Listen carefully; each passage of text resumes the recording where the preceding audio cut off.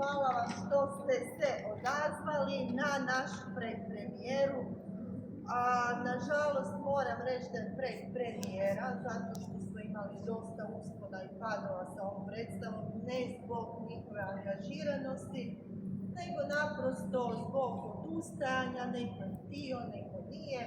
I tako, da sad ne duljimo, da ne kvarimo ovo sve sa tim tekućim problemima. Ovaj prvi dio će vam oni sad izvesti, znači to je predstava Plava boja snijega od Grigora Viteza. Nadam se da ćemo je tamo premijerno izvesti u 9. mjesecu, 10., 11., jer imamo 11. i Vukovar i svašta nešto, možda čak prebacimo onda Plavu boju snijega kad je Plava boja snijega, pa neka onda bude pred Božić, jel? Evo, vidjet ćemo kako će se odvijati situacija, teško je to planirati. Ono što ja moram reći, ajde malo samo se strpite, sad ćete ih vidjeti, ono što ja moram reći, ja ih moram ovako javno pohvaliti. Znači, to je jedna toliko kvalitetna grupa da oni mogu, ja imam osjećaj da mogu sve. Znači, kako će rast, tako će se i njihove predstave, težina predstava pojačavati, jel? Jer zaista su ekipa koja mogu puno toga. Vidjet ćete sami zadnji put, u zadnjih predstava koje smo gledali, iako su za Vukovar bili savršeni, koliko su opet, pa ja bih rekla ne za jednu, nego bar za jednu 3 stepenice skočili, da. Jako dobri su, poslušni i to je ono što mene zapravo u cijeloj ovoj priči žalosti, što jedna grupa djece bi mogla čuda i ono samo sebi ponukana iskustvom rekla 300 puta neću uzimati druge, ostaće ova grupa i kako Bog da, radit ćemo predstave vezane za te uloge, ali evo, uvijek ti je žao kad ti neko dođe, baš ko je zainteresiran, ko želi. Međutim, već su toliko napredovali da teško se sad neko novi može njima prilagoditi. Jako su dobri, stvarno ih pohvaljujem, izuzetno kvalitetna, pristojna djeca, što je zapravo produkt vašeg odgoja, vašeg rada, kućnog odgoja i nadam se da ćemo još puno toga mi ostvariti na kraju. Evo, znači sad na ovom prvom dijelu ćete vidjeti, znači taj prvi dio Plave boje snijega, to neće trajati dugo, ja sam namjerno, naučili su oni malo i više od ovoga, ali to bi sad bilo ono cjepkanje, ne bi mogli pratiti tekst, niti tematiku, pa mi je ovo se činilo da je za ovaj prvi dio da će biti onako kako je treba. Eto, uživajte.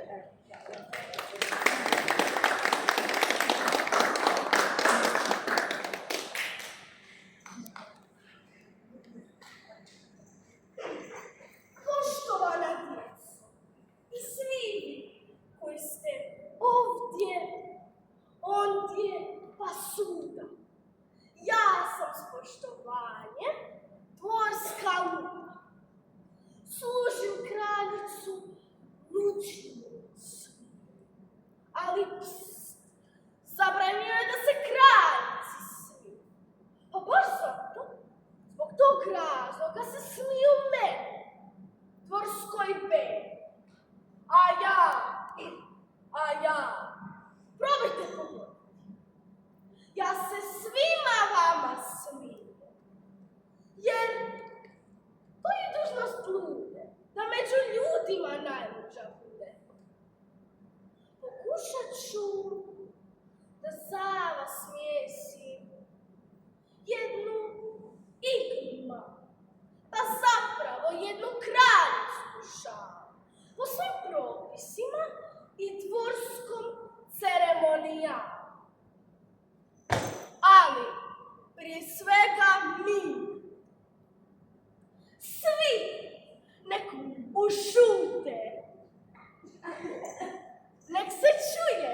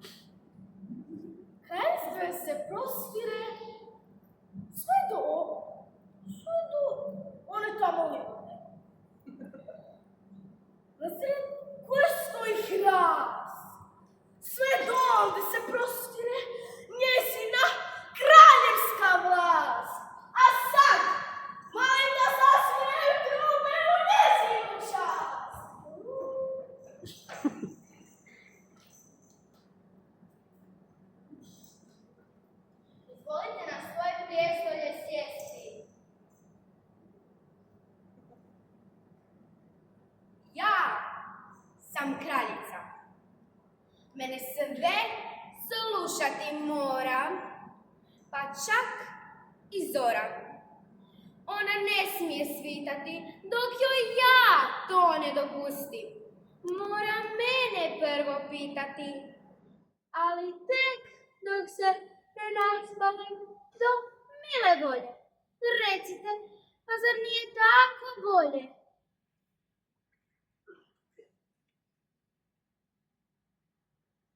Do sad je zima dolazila kad je htjela. Dolazila je sa olujom, puna daha bijela. A od sad će učtivo kucati na vrata i čekati da svatko od nas nabavi drva, barem pola hvata. Recite, zar nije to dostojno kraljevskog zanata? Do sad su trešnje cvjetale kad su htjele, a od sad će kao trešnje cvjetati jele, a trešnje. Trešnje pa neka budu sive, a gljive pa neka budu žive i nek na jednoj nozi trče i mjesto cvrčaka neka ovce cvrče. Ja sam kraljica i kao kraljica nije dostojno da gledam kao drugi ljudi. Meni moraju drugačije izgledati stvari. Dajte mi posebne naočari. Jedno staklo neka plavo bude, drugo staklo neka žuto bude. Ja hoću dvobojno gledati ljude. Volite samo za vas posebne naočare.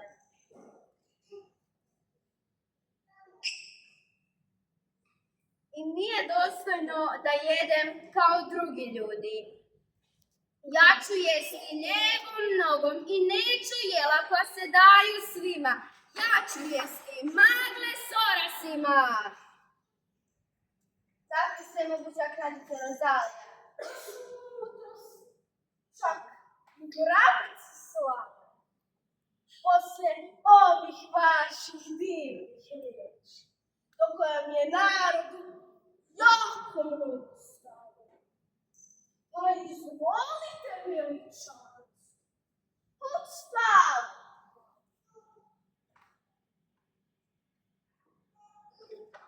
A sad dolazi divna, umiljata, slatka kao šećer leva, kraljičina kćerka, lijepa krizantema. Ja, oprostite, mene hvata trema. Ja sa glavom, kraljičina kćerka krizantema. Ja nemam nikakvo zanimanje. Mene su učili samo glavom klimanjem. Ja nemam šta da radim, a pa tako da već i sebi dosadim. Pa zar je onda čudno što su kraljem i princeze sve neka zanovjetale kneze? Da vi znate kako je meni žao što mi majka nikad nije dala da se s drugom djecom družim, da se malo na pjesku pručim ili da viknem kako treba, odmah svi navale. Ne, princezu, tako vam nema, to ne pristoji kraljevskoj kćeri. Te me upušuj, te me peri, te me briši, te brže ode bombonarsku vodu, te me namiriši. Još i ovo, poštovana djeco. Ništa ne znaju kraljevne i princeze. Niti jedna ne zna šije, niti da kuha, niti da veže. Niti su svršile kakve škole, ako su im uopće i predavali. Uvijek su im kroz prste progledavali, kako na ispitu ne bi pale, a makar ništa ne bi znale. A zašto? I da uče, kad ne smiju apsolutno ništa biti. Ne smiju biti ni doktorice, ni profesorice, ni apotekarice, ni zubarice, niti atiškinje u cirkusu. Jer ko je vidio princezu na trapezu ili kraljevu kćerku kao inženjerku ili kao frizerku, ali najstrašnije je, i to može najviše boljeti, ne smije kraljevna koga hoće voljeti. Vi ćete vidjeti u kakvoj sam ja neprilici. To je kao da vas bole svi zubi u vilici. A sada moram da idem, da radim, a moj posao je da ništa ne radim. Šta je ovo?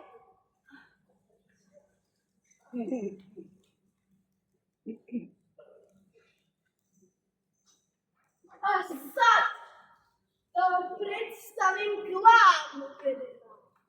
On je strog i on je glup i uopće ne zna šta je šta.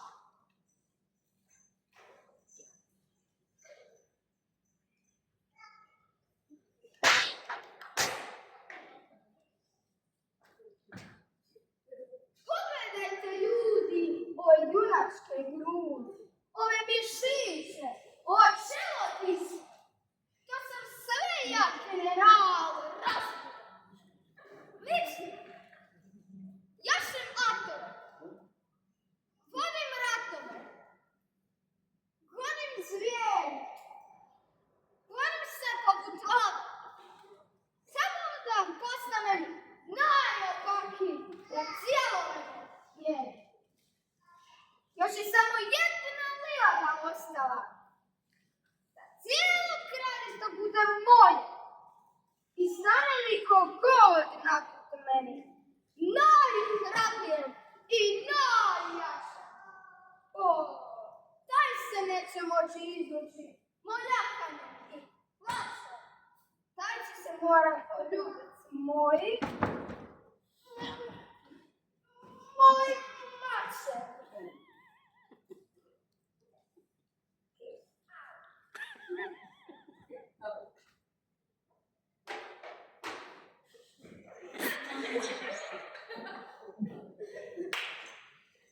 Ovaj momak, danas ga nažalost neće.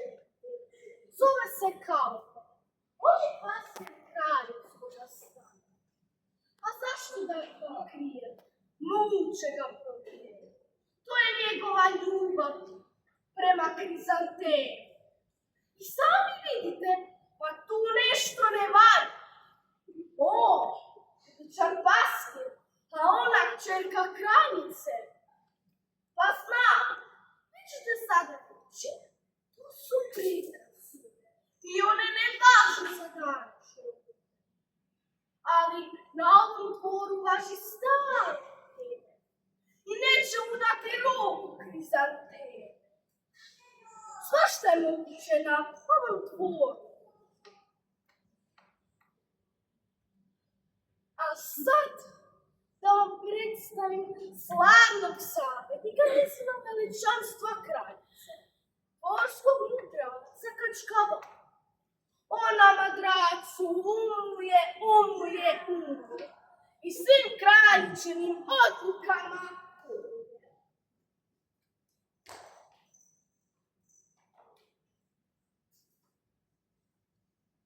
Naravno, djeco, svi ste vi još mladi. Prema ovoj mojoj dugoj bradi, zato ćete zinuti od čuda. Kad vam budem rekao, kako sam zvanje polskoga mudraca stekao. Bilo je to ono davno vrijeme, kad je padalo tako malo kiša, da se u našoj kišnoj kraljevini nakotilo jako mnogo miša. Razmjele se po poljima mišje čete i pravile krvne štete. Jeli su žito, pa je nestalo hrane za ostale naše državljane. I donesem ja zakon od nekih 50 točaka, da se nabavi nekoliko stotina mačaka. Ali to nije pomoglo protiv mišjih masa, jer u susjednoj kraljevini bilo je mnogo pasa. I oni su dojurili, sve mačke razjurili. A onda sam ja predložio da se odmah kraljica Rozalija složila da u najocudnom času u jednom potezu uništimo svu tu mišju masu. I u jedno vrelo ljetno popodne, kad je žito bilo ko suho zlato zrela, kad je mišja vojska baš za ručak sjela, učinili smo ono što se pokazalo kao najbolje. Zapalili smo cijelo žitno polje i svi su se mogli zahvaliti meni, što su miševi do zadnjeg uništeni.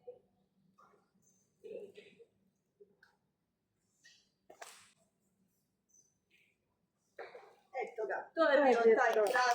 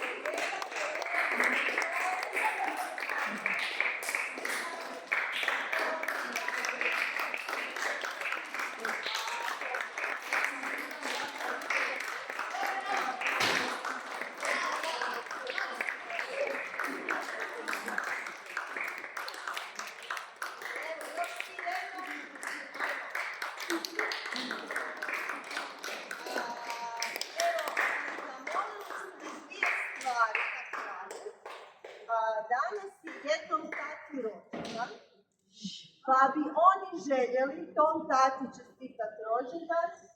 Ajmo. Srećan rođendan!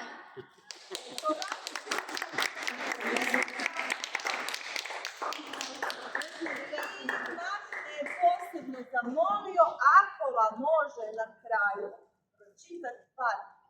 Pa evo, još Ajde, Maš. Ajde, Maš. Sjedite i sad slušajte, budite Nemoj pas!